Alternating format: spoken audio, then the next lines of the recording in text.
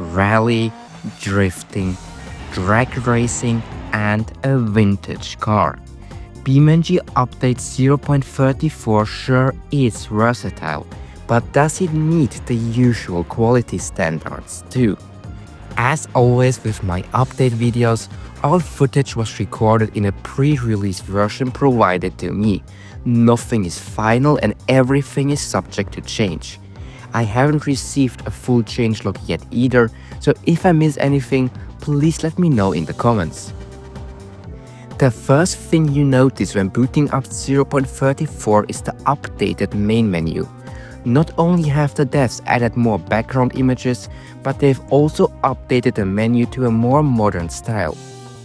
While the redesign isn't final, the UI already looks much better in my opinion.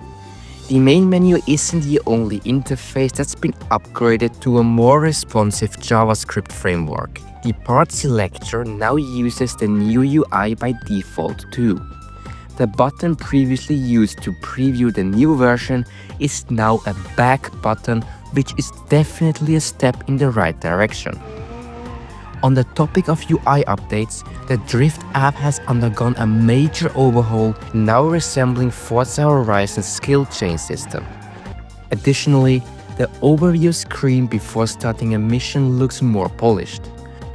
We'll get back to missions, more specifically new types of missions, in a minute, but first let's address the elephant in the room, the Bruckell Nine. Produced from 1932 to 38, this car is the oldest in-game vehicle to date, featuring 25 configurations that couldn't be any more different. From rusty buckets with a bigger steering dead zone than I don't even know what, to fully restored resto mod versions, there's something for everyone. Across all configurations, the attention to detail and Easter eggs like rumble seats and funny inscriptions make this one of my favorite additions ever to BeamNG. The J-beam is amazing as always, and I'd like to point out that the way the glass shutters looks much more realistic than on other vehicles. But that's not everything. The update also introduced a mean-looking body kit for the Gabriel Grand Marshal as part of the ongoing body kit series from the last update. Existing police configurations were improved and, among other things, now have buttons to toggle the light bar. Back to the new racing features though, the game now includes a completely new rally mode with pace notes. While it's currently grayed out in the main menu, you can access it the same way as the career mode. Just click on it. Despite being experimental and only offering 3 stages, I had the time of my life trying to beat my fastest attempts. This is definitely something to look forward to, and you can already get a glimpse of what's coming.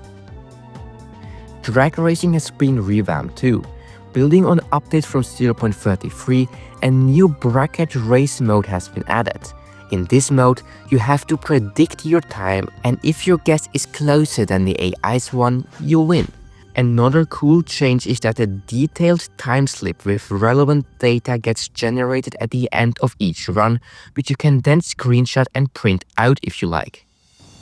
This is the first time since the early preview of the career mode that the updates to it feel less noticeable. The only update I notice is the addition of drift zones across the map, just like in Forza Horizon. Personally, I love to see BeamNG drawing inspiration from other games for career mode because it just creates the ultimate gaming experience. It might be worth mentioning that I didn't have to create a new career profile for this update. While that might simply mean that there weren't any major changes indeed, it could also suggest that the career mode has reached a more stable state where updates no longer require new profiles. That said, I've only had a few days to properly test the update, so if you noticed any other changes to the career mode, please let me know. One of the most revolutionary aspects might not even affect you directly. The Biome Tool in the slightly updated world editor.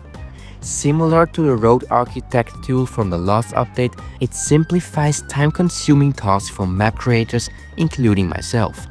Subscribe if you'd like to see me using it in upcoming map development vlogs. Lastly, Two smaller but neat features are worth mentioning. First, bus stops across all maps now have updated textures and include overview maps. Second, cone props now are colorable. Nobody asked for this, but I'll take it.